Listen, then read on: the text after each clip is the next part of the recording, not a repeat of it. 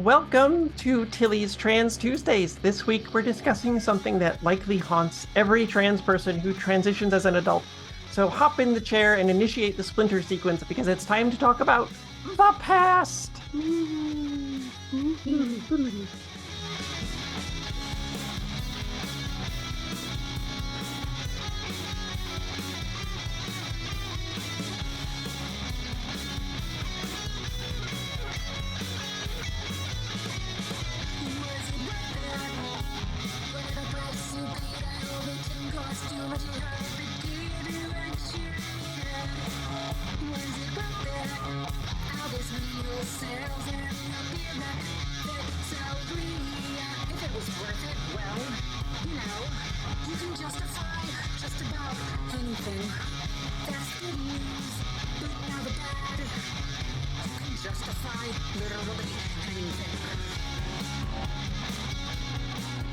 Hi, I'm Tilly Bridges, your host, and I'm joined by my writing partner, my best friend, my wife, our token cis representation, the shiniest apple in the barrel, Susan Bridges. So you're going to do the shiny thing for each one, huh? Did I say shiny last episode? I don't think it was shiny. I think it was sparked. Star. Yes. All right. I'm going to see how when you run out of these. Yeah. Now it's a challenge. Hello. Okay. Our returning guest is audio maven extraordinaire Jillian Morgan. She is a trans... Yay, there she is. She is a trans woman learning how to be a housewife to her amazing partner of 20 years after a 26-year career in radio. Her hobbies include audio drama, old-time radio, Legos, watching pro wrestling, and general nerdery. She has been the director of the Kingery for Pendant Audio since 2013, as well as co-directing Pendant's Archer and Armstrong and Jeffrey Thorne's Dreamnasium, has written several short scripts for Seminar, and appeared as a voice actor in most of Pendant's shows over the years. She would also love to tell you about her cats. Hey, you didn't get to do that last time. Tell us about your That's right. Well, Loki, our youngest, is sitting right here sleeping. So, he's rubbing against me now. He knows he's being talked about. He's 2 years old. We have a 3-year-old black cat named Kona. My wife named that because she loves coffee. And then there's our little old lady baby, Mimi, who is 16 years old and still going strong. Wow. Yes. Holy so those are my cats, and they do cute things, and I post pictures of them sometimes playing around boxes. Everyone loves cats and cat pictures. Very good. That's what the internet. It's what the internet was for. That's right. Absolutely. You're using the internet correctly. Yes. Okay, Somebody has to. That's right. There's too many people out there not doing that. Exactly. Okay, so Jillian, what has been the most surprising thing for you that you've discovered, maybe after knowing you were trans or part of your transition or anything? What's surprised you the most? Honestly, a lot of it for me has been finding people really don't care in a lot of cases, but the ones that do care really care. You are right about that. Because most of the cis people that I've told about this, for the most part, have been okay. Great, that's awesome. We'll start trying to remember your name and your pronouns, everything like that. And it's just there's a few people that still are a little about it, and but I have thankfully personally never been on the receiving end of any massive hate attacks or anything like that. Yeah, knock wood. Most people don't care. They just want to go. It's just the problem is we've got a lot of people out there who really care a lot about the wrong things and ruin it for everybody. Yeah, and I think that's important for a lot of people to remember is that the transphobes and the TERFs and the nasty bigots, they're very, very loud, but they're not that high in number. Right. They're very much in the minority. Yes. As we saw even with the recent elections, here in 2022, just passed in November, where so many Republicans campaigned on anti-trans rhetoric and like almost all of them lost nationwide. It's not a winning strategy for them because people don't care. They're like, trans people are fine. We're just humans. Because it's exactly like Jillian said. Yeah. It's only a small number of people who really care. Yeah. And sorry, no one else really does. That's right. You're just a weirdo. You might get a few looks, but that's about as far as it goes usually. Okay, so what is the one piece of advice that you would give to someone who's just starting their transition? What do you wish that you had known before you started? What would have helped you to know ahead of time? Find people like you. Because I know for me, when I started the whole thing, like you, was in the middle of the pandemic. Yay. Yeah. And so, there's a lot of things, that you can't do when you're starting out that you normally would have even a year before or 2 years before in my case, because we couldn't go anywhere, or we were very limiting how much we were doing at that point. Right. So however you can find community, if it has to be online, great. Find people online to talk to and get advice from them. And if you can find it out, if you feel brave enough to go out in the real world, find that there. I'll be honest, the biggest source of community for me since I've done this, aside from online, has I found a very affirming church. That's wonderful. Your brother goes to it, actually. Yes. And I've met him. It's amazing. But yeah, they're very amazing, and they have a huge transgender nonconforming population there. I mean, especially for a church, but a good amount, and it's just been a wonderful thing to just see and hear trans faces, trans voices, on a regular basis. It's just amazing because you're like, okay, I don't feel so alone. But even if you can't, for whatever reason, or you're in an area that doesn't have the resources that you need or that you feel comfortable going to, even an online space is still absolutely something that helped. Because when I first started, all I had was a few friends online like you. Yeah. And then you recommended me to some Zoom spaces, and I got in those. And so that was a nice way for me to kind of start getting into the trans experience. It sounds like a rock album, but it could. Then once I started finding stuff here that was local and fit me, because I'll be honest, a lot of what I found when I was first looking was for young people. I'm 48. So I'm not exactly spring chicken. So I felt a little weird going into some of those groups, or for Black or Latinx groups, which I'm happy for them to have those. I love that they have them, but I don't belong in those spaces. I'm very white. So you have to find your community however you can, and if it's online, do it, but definitely find some form of community.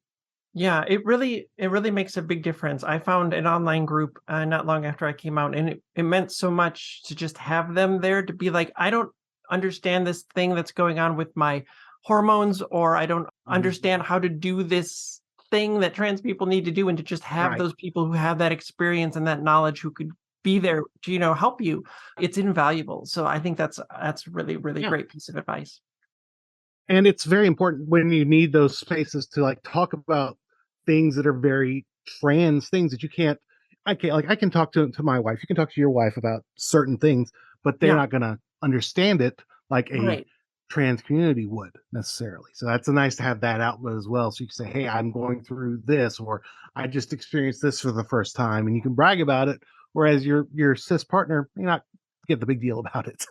Yeah.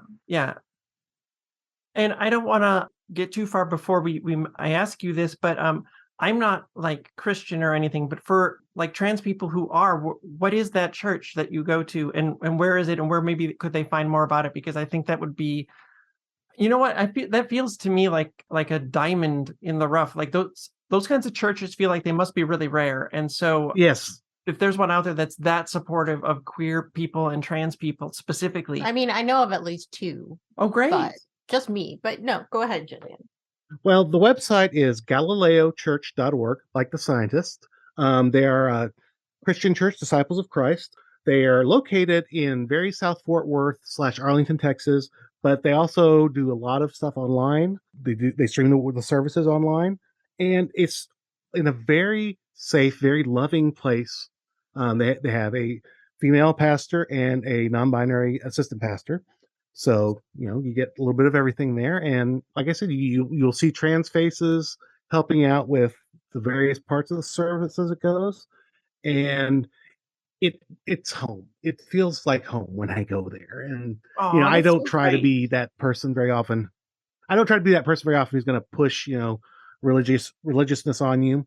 Of course. But, if that's something that you need in your life, you need something to fill that spiritual hole, that this is definitely the kind of place that you need to find, because I know that's really important to a lot of folks. Even though it's not, my thing, it feels like that is a thing that would be really hard for a lot of trans people to find, because I know a lot of trans people that have sort of been kicked out of their churches, or they're not welcome there after coming out, and how much it devastates them. So I think this place could be a really great resource. Yeah, and I've been out of church for years because of that, because they didn't seem to want to accept people that I loved. And that's why I told my mom about this, because, like I said, we were raised very conservative Baptist. They still are. And she would always bug me about going to church with her. And I just told her, I said, I don't want to go because most of them don't love the people I love, or don't seem to. I'll put it that way. Yeah. And finally, as I found myself, I was able to find the need for spirituality again, which led me down this path. And it's been an amazing experience to be in there, knowing that I can be who I am. These people have never known dead name. They only know Jillian. And that's a beautiful, beautiful thing. And they love me. And I I'm love so them. glad. I'm so glad that you found that place, and that other people, other trans people and queer people can have a place like that in this world. We need a lot more of that. So I'm very glad that we got that information out there. Yeah. Look them up if you're in the market. Yeah.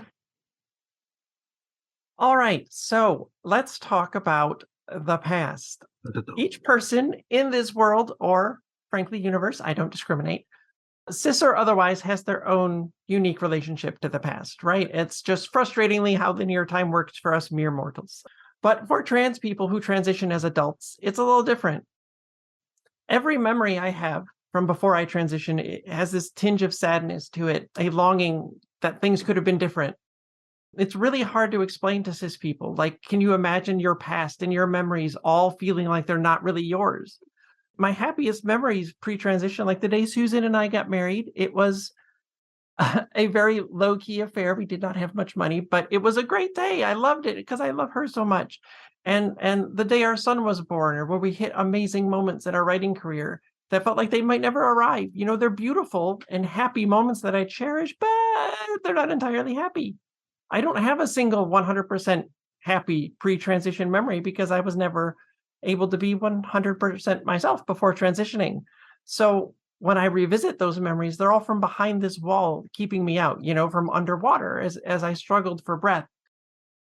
If you're not familiar, those are metaphors I have used in the past to try to convey a little bit of what it's like to have gender dysphoria and move through the world, trying to get close to the people you care about. So if you need a refresher for that, please check out the website.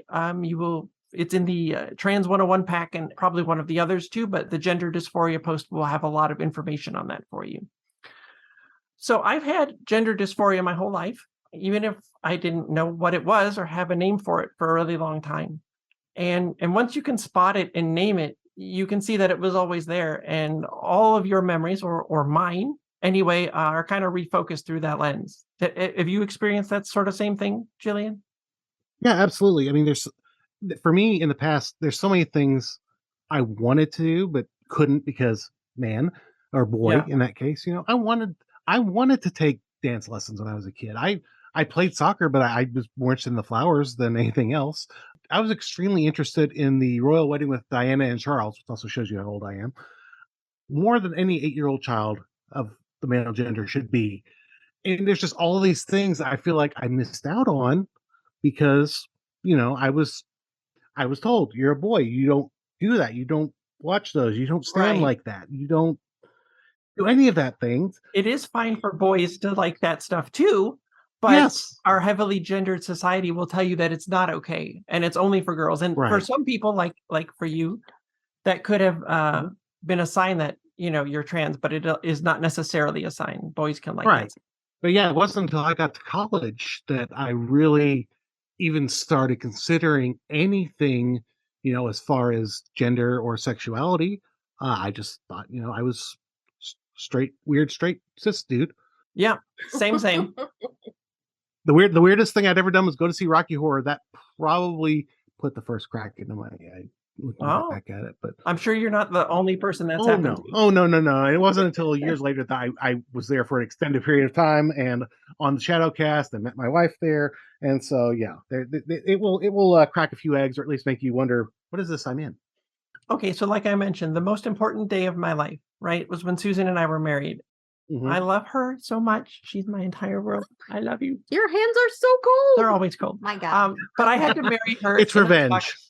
Yes. But I had to marry her in a tux, right? Feeling extra Right. horrible and dysphoric because that's what suits did to me. If you want more info on that, there's a whole thread on clothes, which you can find on the website. And I also had this really short little buzz cut. which I've talked about in my threads on hair and how important it was to me and my sense of identity. There's 2 threads on that you can find on the website. But then to top it all off, after the wedding, people called me her new husband. And what a mixed bag that was, right? Because on the one hand, it's distinctly male. So I hated it and it made me feel awful. But on the other hand, it meant that I was married to her and that made me so happy. So it's so weird and complex. And there's reminders of it everywhere because all of our wedding photos have that dude in it and not me. There have been multiple threads on photos as well, if you would like to check those out and why they're so weird and wonky. And, there's like those memes on social media that were like, post a photo of yourself as a kid and also now, or from 10 years ago and from now. And it's like, I can't do that because that wasn't really me, right? I mean, It took me a long time to even get comfortable posting like a timeline or a transition, a pre-transition, post-transition next to each other photo. It's so weird to not have photos of yourself as a kid. Right. There's some other dude who got to be there instead of me, And Tilly did not like my idea of cutting out construction paper hair and putting it on all the old pictures. My face has changed a lot too. I mean, that's funny, but it wouldn't have worked anyway. Yeah, I've got the same thing in my wedding pictures: the tuxedo, the short buzz cut. I even have the denial goatee back then because I couldn't grow a full denial beard. Yeah. So it's a little awkward looking at those now. Like, that ain't me. That's not me. Yeah, and I've been surprised to discover so many trans ladies have told me they had that buzz cut. It was part of the whole denial thing, because hair is so gendered as well. Long hair you associate with women, and you're like, well, I can't let it get even an inch long. Right. It's got to be as short as possible. Right. So, now just let it go. Yeah. And make it strange colors sometimes. Yeah. That's me, though. But, now posting photos of myself from 10 years ago and today is okay because I've gotten to a point where I don't even associate myself with that dude. It's just some dude. It doesn't feel like it was ever actually me. You know what I mean? And I know not every trans person gets there. And for those who do, it comes at different times and it can be a really hard thing to wait for. Or maybe you don't. I mean, not everyone will. Right. Everyone's different. So. And that's really hard to deal with, not knowing if you will get to that point. It was a total surprise for me when it happened. You can, again, see that in my threads on the photos. On the second one specifically is where it changed and knocked me over. It took me completely by surprise. But there's no escaping this whole issue, right? There's no getting around it. I can't pretend I was fully me back then. And I don't know if cis people can understand what it's like to have that with every single thing associated with the best day of your life. But then imagine that's every day of your life for your entire life, right? It's well, as I wrote in there, it's hard to make this one sound natural, but it's like a well of melancholy that is my memory, that is dark and infinitely deep. I'm a writer. I can put some of my poetic. Yeah. Okay. Pit of despair. Yes, got it. Right. But it was. And, I didn't get to be a little girl or a teen girl or a young adult woman. I didn't get those experiences or those memories. I don't even get the memories of the things I did experience from the perspective of the real me. So every single bit of it is waiting to cast me into the pit of despair. See, look, I wrote it. It was already there. I know. Okay, so now something happened, and I want you to follow me on a little sojourn, a little dalliance, a trip down memory lane that will tie into everything soon, I promise. Okay, so back when I lived with my parents, I had a very difficult relationship with my mom and stepdad. They didn't know I was trans, so it wasn't because of that, but because I didn't know I was trans. But I can tell you that if my mother had known, it would not have gone well. Regardless, the result of that relationship is that when I moved out on my own, all I could bring with me is whatever I could fit into the rental car that I had to drive to the first place of my own where Susan was, some 400 miles away. I drove down to be with her. So a lot of what I could bring, I no longer have. They were guy clothes or shoes and bedding, stuff like that. So I've spent most of my adult life having nothing from my childhood, not even photos. It's like it was all wiped out of existence.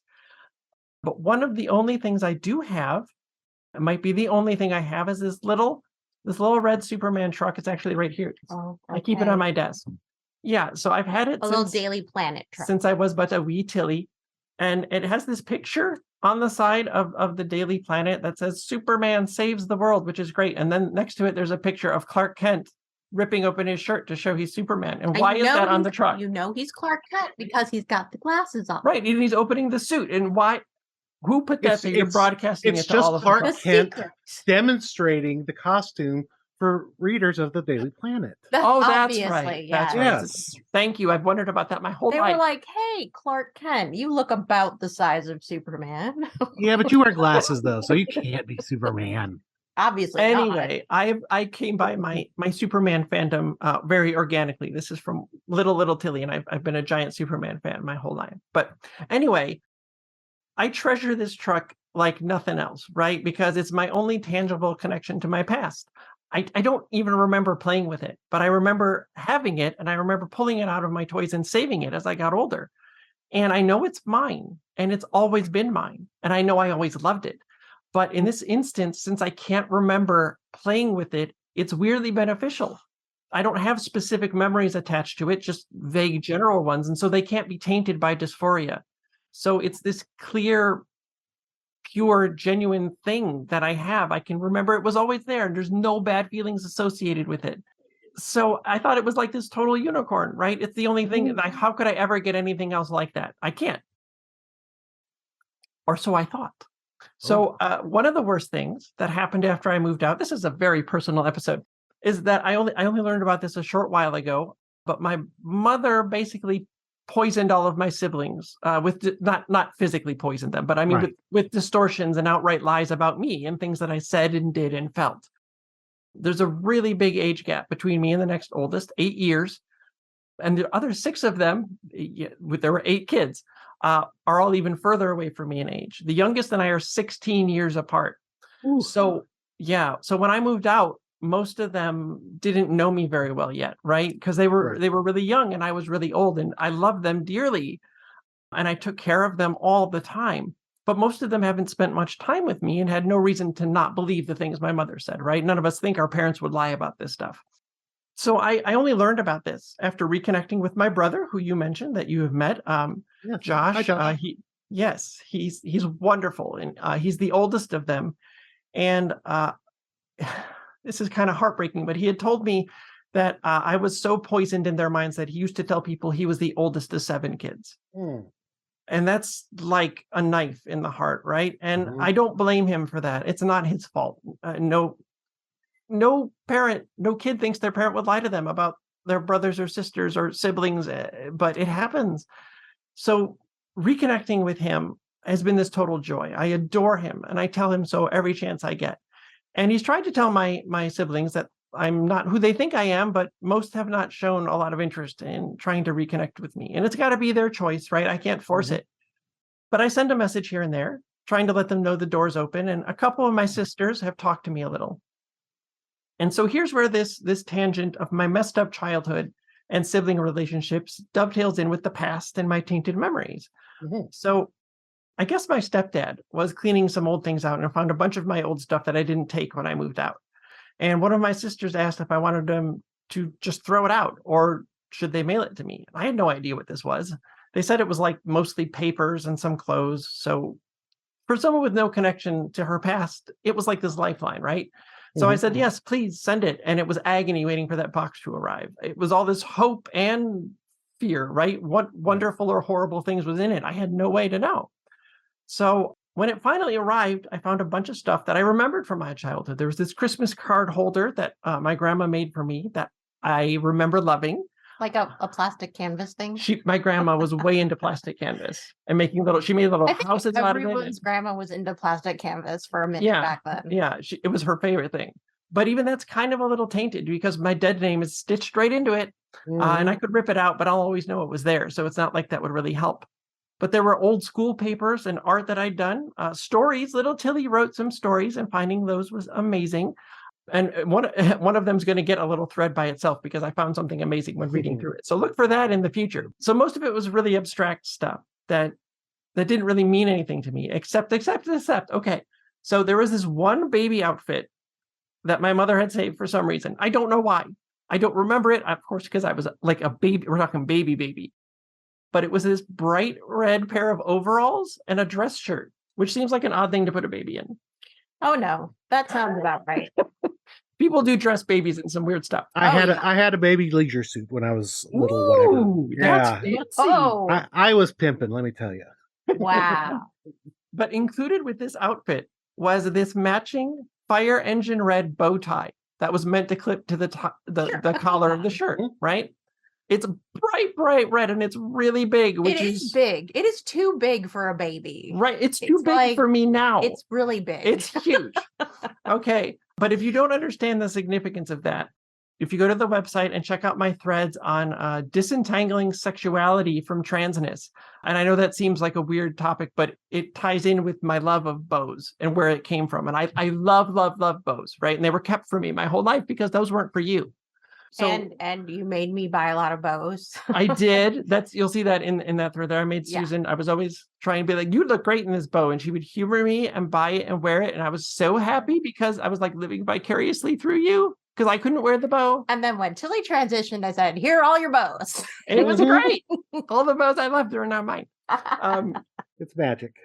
Yeah. So what happened to me, I mean, like this is mine. It's always been mine. It is a red bow, and it is yours. It's as old as I am. It is a bow, and it is mine. It has always been mine. I have no girly things from my childhood. No connection from the me of now to the me of then, right? Except that now I do. Because a bow is a bow, and this one's mine. Mm-hmm. It's my bow.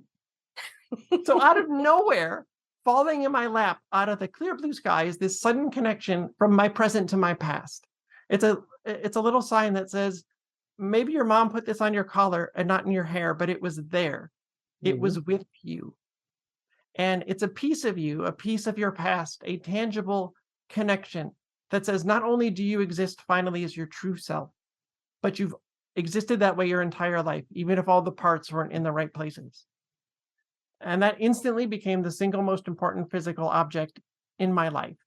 And if you think I'm not going to wear it, every chance I get, then you have not been paying attention. There have been several selfies that I know I've seen it in. Yes. If you look at the text versions of this thread or the Google Doc version, there are photos of not just the bow, but of me wearing it in my hair, where you can see it is even still ridiculously large in my hair as a grown adult woman. I can imagine how it looked when you were young, because I'm sure you looked like you had a giant propeller around your neck there. Right. It's so big. But anyway, so it's this remarkable thing. And I know a lot of trans people probably don't get that. So this is just another way I'm ludicrously privileged. But it's the only thing I have, right? It's this bit that says little girly Tilly was there. And she's here now. And that's my bow. And that's the weird, complicated past. You know what just occurred to me? Tell me. Have you ever realized that Superman is wearing a disguise of a normal man? And the real him is inside? Oh, damn. Like, I was always like, I love him because of his kindness and his compassion and his heart. And that is all true. But you have just blown my mind. Because he was disguised as a normal human man, and that's not who he really is. Oh my God! Congratulations, you've just written about 5 more threads for Tilly. You are hearing my brain explode live. Well, I didn't even think about it until I saw your Daily Planet truck there. Yeah, where he's wearing the glasses. Yes, for some reason that did it. And but that's his disguise, and he's saying, "Look who I really am on the inside." Oh God, it's amazing. My whole world is turned upside down. Okay. Wow. All right. Do you have anything you'd like to add about the past, Jillian? How's it been for you? It's very similar. I mean, that's one thing when reading your threads that helped me figure out who I was, because I was seeing so much of myself in all this. Yeah, our backgrounds are different. I mean, I had a reasonably happy, 2 and 2 family, two parents, 2 kids. So, I mean, that's not necessarily been, the same for me. The one thing that I do have, I mean, I have a few Star Wars figures, but those aren't an emotional attachment. The thing that I still have the emotional attachment to is my Pooh Bear. I've had that Pooh Bear since I was a teeny weeny itty bitty baby, and I still have it to this day. It's very old, and it really doesn't do anything now but be on the shelf. But like you, it's something that has no gendered memories attached to it. It's just me memories. I remember snuggling with that bear when I was little. When I'm lying in bed, you need your little cuddle buddy. You got your Pooh Bear, and I've always taken that Pooh Bear with me when I was traveling back and forth to school. I would have that with me, and it's just one of those things that it's always been there, and it's never judged me. It's never, like I said, it doesn't have any boy or girl memories with it. It just has my memories with it. Yeah. And so that's a very similar situation there. And it's wonderful to have something that you can grab onto from your past that isn't necessarily tied to anything specific, good or bad. It's a constant companion. Like in this case, your Superman truck, and then later your bow Yeah. are your companions. I've got my Pooh Bear, and it's just always been there, and hopefully always will be if the cat stays away from it. I've had to rescue it a couple of times. That's Loki. He lives up to his name. He took it as a challenge when we called him Loki. Do you have the same difficulty I do with, since you've been married for a long time as well, with your wedding photos? Yeah, we don't.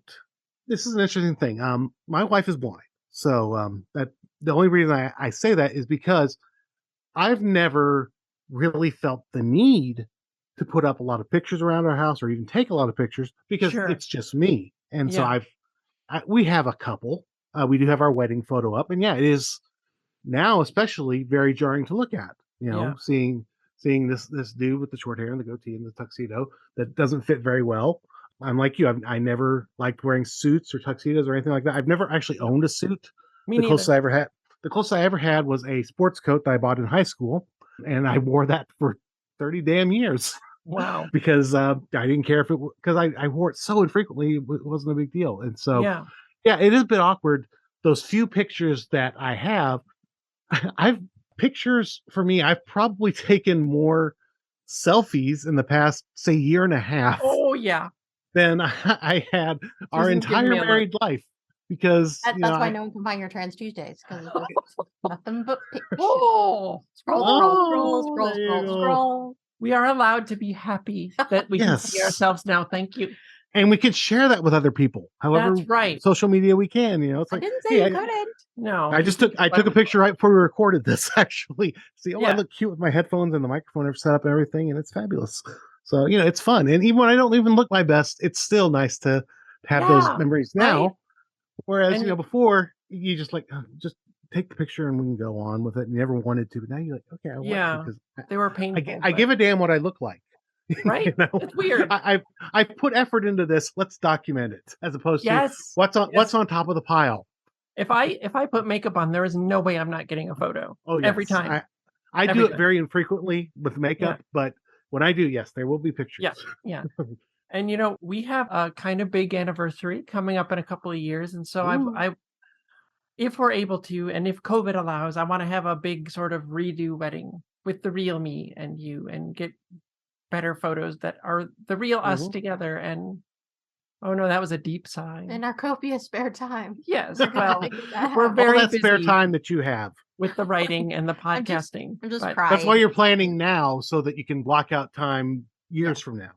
yeah, I'm right. like, that sounds amazing. I'm gonna break down a little. Yeah, Okay. I'm crying too, but for entirely different reasons, because it Mm. would be, okay. Anyway, so that's our episode. That's the past. It can be difficult and rough. And if you are a cis person, I guess just realize that asking, trans folks especially those who transition as adults and not as kids and didn't get to be themselves in childhood, that can be a tough thing for us to talk about sometimes. So, and if you're a trans person out there, I hope you have something or can find something from your past, like my truck and my bow, like Jillian's Pooh Bear, that is pure and true and yours. To say that you have always been here and you have always been you.